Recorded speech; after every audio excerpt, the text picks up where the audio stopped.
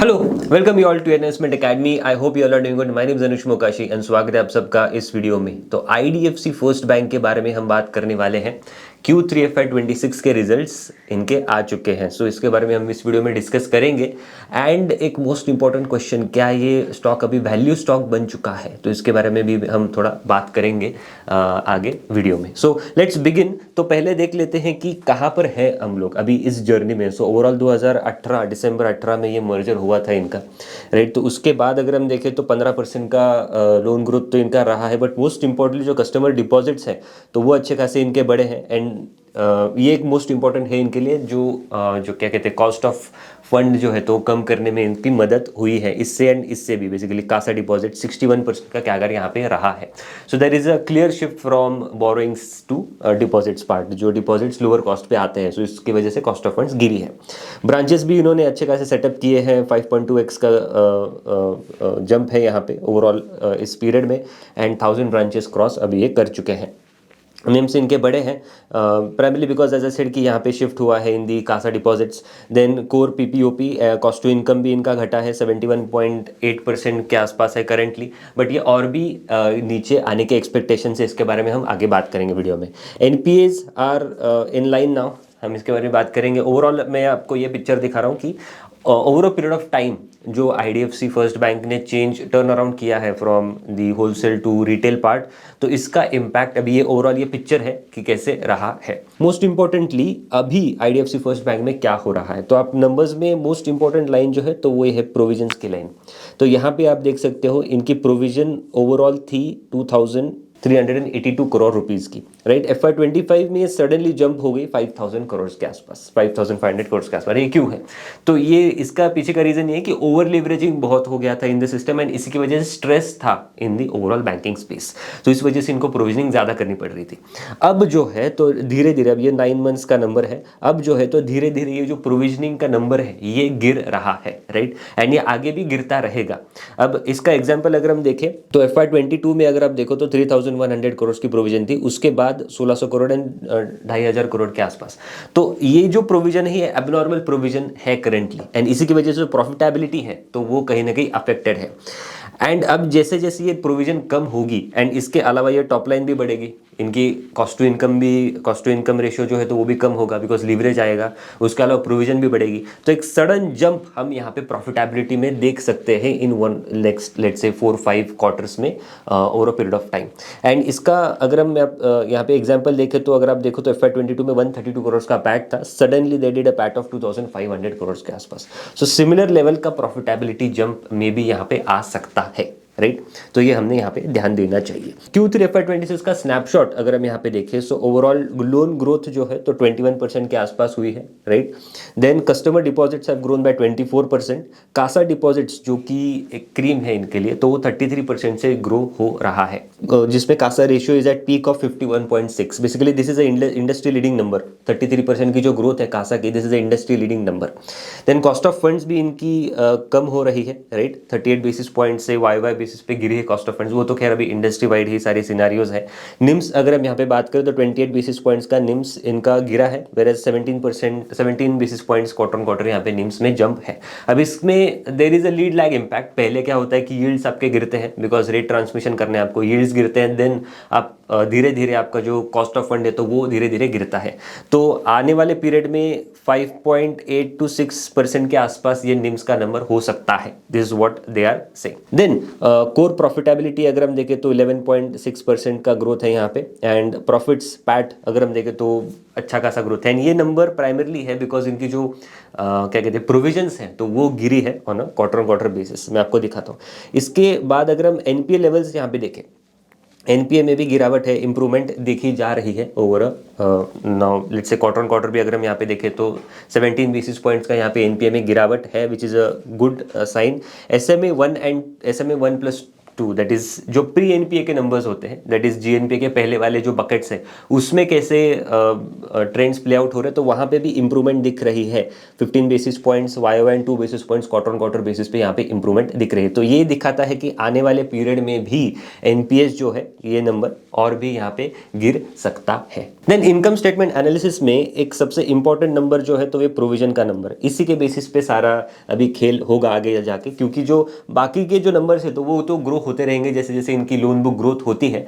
There might be some hiccups, जैसे कि micro finance का बुक जो है तो वो अभी कम हुआ है, धीरे धीरे वो और भी बढ़ाएंगे इसको। बट यहाँ पे प्रॉब्लम क्या है कि माइक्रो फाइनेंस का बुक जो है इनका अगर कम हुआ है over a period of time, तो इसकी वजह से इनके जो इंटरेस्ट इनकम है तो वो भी कम हुए, because micro finance comes at a higher yield, right. तो ये सारी चीज़ें प्ले आउट होगी एंड जैसे जैसे लोन बुक ग्रो होती है तो वो यहाँ पे नंबर्स प्ले आउट होंगे। द मोस्ट इंपॉर्टेंट नंबर जो यहाँ पे प्ले आउट जो हो सकता है over a period of time तो वो है प्रोविजंस का नंबर, एंड इसी की वजह से प्रॉफिटेबिलिटी में और भी जंप आने के एक्सपेक्टेशंस है।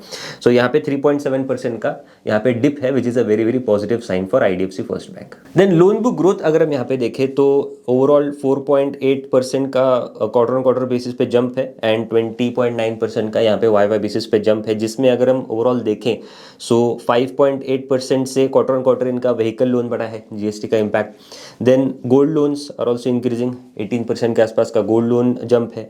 Business banking that is working capital related भी यहाँ पे ये लोन दे रहे हैं, राइट। बिकॉज करेंटली सिचुएशन क्या है कि माइक्रो फाइनेंस में जैसे कि आप यहाँ पे देख सकते हो 9% का यहाँ पे डिप है in on the quarter on quarter basis as well.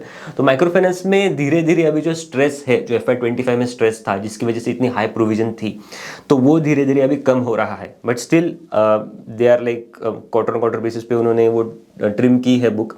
इनका फोकस अभी भी है माइक्रो फाइनेंस पे, ऐसा नहीं कि इनका फोकस नहीं है माइक्रो फाइनेंस पे, because micro finance gives them a higher yield, and higher yield अगर देता है तो आरओएस भी इनके अच्छे हो सकते हैं। एंड इसके अलावा जो पीएलआर रिक्वायरमेंट्स वगैरह होती है तो वो भी फुलफिल करने में इनको मदद करते हैं। बट ब्रॉडली अगर हम इस क्वार्टर में देखें सो इस क्वार्टर में व्हीकल फाइनेंस, देन आपका जो गोल्ड लोन है एंड जो आपका बिजनेस बैंकिंग है तो वहाँ से ज़्यादा ग्रोथ आई है। एंड स्पेसिफिकली अभी ये ट्रेंड देखा जा रहा है इन द इंडस्ट्री की माइक्रो फाइनेंस का जो डिप है तो दैट इज अगेन कॉम्पेंस ऑफसेट, जो ऑफसेट यहाँ पे है तो वो ऑफसेट हो रहा है with the help of business finance या होलसेल लोन से। देन अगर हम इनका एनपीएस नंबर देखें तो अक्रॉस द बकेट्स, अगर हम मतलब सेगमेंट वाइज अगर हम एनपीए नंबर्स देखें तो फ्लैट ही है, there is nothing to read as much. And most important point अगर माइक्रो फाइनेंस में देखें तो एनपीए नंबर्स यहाँ पे गिर गए हैं। अगर हम ओवरऑल क्वार्टरली बेसिस पे भी देखें तो यहाँ पे इंप्रूवमेंट दिख रही है। देन एसएमए नंबर्स, ये अगेन इंपॉर्टेंट है, that is special mention accounts. तो SMA as I said this is a pre NPA case, pre NPA buckets ये सारे होते हैं। तो प्री एनपीए बकेट्स में भी अगर हम यहाँ पे देखें तो माइक्रो फाइनेंस में यहाँ पे गिरावट है, तो आगे आने वाले पीरियड में भी यहाँ पे इंप्रूवमेंट दिखेगी इनके माइक्रो फाइनेंस के एनपीएस में। Then cost to income ratio जो है तो वो अभी भी जारी है रिडक्शन करना। प्राइमरली यहाँ पे अगर हम देखें तो क्रेडिट कार्ड का बिजनेस जो है तो FY25 में ही इनका प्रॉफिटेबिलिटी में आ चुका है एंड अभी भी यहाँ पे इंप्रूवमेंट दिख रही है in the cost to income ratio. And इसी की वजह से दे आर सेइंग कि 65% के आसपास इनका कॉस्ट टू इनकम रेशियो जा सकता है बाय FY27 एंड तक। एंड यहाँ पे मोस्ट इंपॉर्टेंट पॉइंट ये भी है कि इनकी जो ग्रोथ है, दैट इज ओपेक्स में जो ग्रोथ है, राइट, कॉस्ट में जो ग्रोथ है तो वो अभी धीरे धीरे नॉर्मलाइज हो रही है। 13.4% की यहाँ पे आई है, बट उसमें भी अगर हम देखें तो वन टाइम जो न्यू लेबर कोड का इम्पैक्ट है तो वो निकाल के अगर हम यहाँ पे नंबर देखें तो for 9 months that would be 11.9% and for Q3 that would be 12.1% के आसपास का ये नंबर है, which is in line with the growth estimates they have projected. So overall IDFC first bank के लिए कौन से ट्रिगर्स हैं? एक तो है कि लोन बुक ग्रोथ आगे आने वाले पीरियड में, देन इनका जो प्रोविजनिंग नंबर है तो वो कम होगा, उसकी वजह से प्रॉफिटेबिलिटी बढ़ेगी। And cost to income ratio भी यहाँ पे कम होने के एक्सपेक्टेशन है, बिकॉज हमने देखा कि इनकी जो लीवरेज है तो वो कहीं ना कहीं इनके बुक्स में प्ले आउट हो सकता है over a few quarters ahead. Then उसमें भी अगर हम देखें कि कहाँ तक ये नंबर जा सकता है, उन्होंने तो बोला 65%, बट इसके पहले जो कैपिटल फर्स्ट था तो उसके नंबर्स अगर हम यहाँ पे देखें तो ये यहाँ पे you can see. So FY13 में दे पीक्ड एट 80% का कॉस्ट टू इनकम रेशियो, ये FY13 के नंबर्स है। देन FY14 में there was a major dip of 71% तक ये नंबर आया था, एंड FY15 में 59% का ये नंबर आया था। सो कैपेसिटी है उनके पास ये नंबर नीचे लेके जाने की टू 48%, लेस देन 50%। एंड अगर ये होता है, राइट। अगर ये होता है सो क्लियरली प्रॉफिटेबिलिटी में एक बहुत बड़ा जंप यहाँ पे आ सकता है। देन कमेंट्री क्या है, सो आप यहाँ पे कमेंट्री भी देख सकते हो from the MD and CEO. तो उन्होंने कहा है कि they are seeing a strong business momentum across all the main lines of businesses including lendings, deposits, wealth management and बाकी जो इनके सेगमेंट्स हैं। तो ओवरऑल एक बड़ा अच्छा टेलविंड इनको अभी दिख रहा है इनके बिजनेस में। एंड ओवरऑल बैंकिंग में भी वी नो कि there is a good amount of tailwind which is seen and it is expected कि इस साल दैट इज 2026 के साल में banking should perform better. Then cost of fund में भी अगर हम यहाँ पे देखें तो वो यही कह रहे हैं कि they expect a further drop in the cost of fund from here on, because जो सेविंग्स रेट थे इनके पहले तो उन्होंने कम कर दिए एंड उसका इम्पैक्ट ये रहेगा कि लेंडिंग पे ये ज़्यादा अभी उसको मतलब पास ऑन कर सकते हैं। So that is what they are saying which will enable them to expand their lending franchisee as well.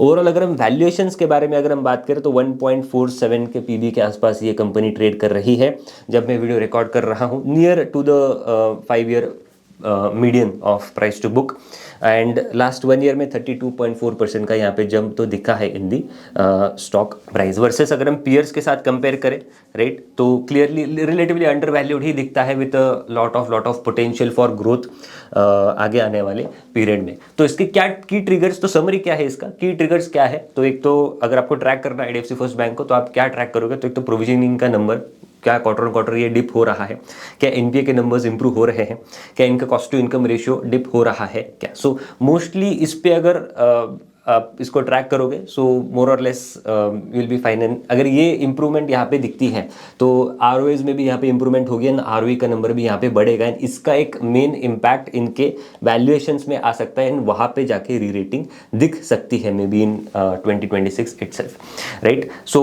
Overall अगर बैंकिंग स्पेस में देखें क्या हो रहा है, सो धीरे धीरे जो प्रोविजनिंग के नंबर्स थे तो वो भी डिप हो रहे हैं, जो पहले उन्होंने किए थे FY25 में तो वो भी डिप हो रहे हैं एंड FY25 के बेस पे FY26 का एंड FY27 का जो पैट रहेगा तो वो ज़्यादा ग्रोथ यहाँ पे देखी जा रही है, ऐसा यहाँ पे प्रोजेक्शंस है। So this was it. I hope ये वीडियो आपको अच्छा लगा होगा। ऐसे और वीडियोस के लिए हमारे चैनल पे बने लाइक करना, शेयर करने वाले, सब्सक्राइब करना मत भूलना। अगले वीडियो में थैंक यू सो मच।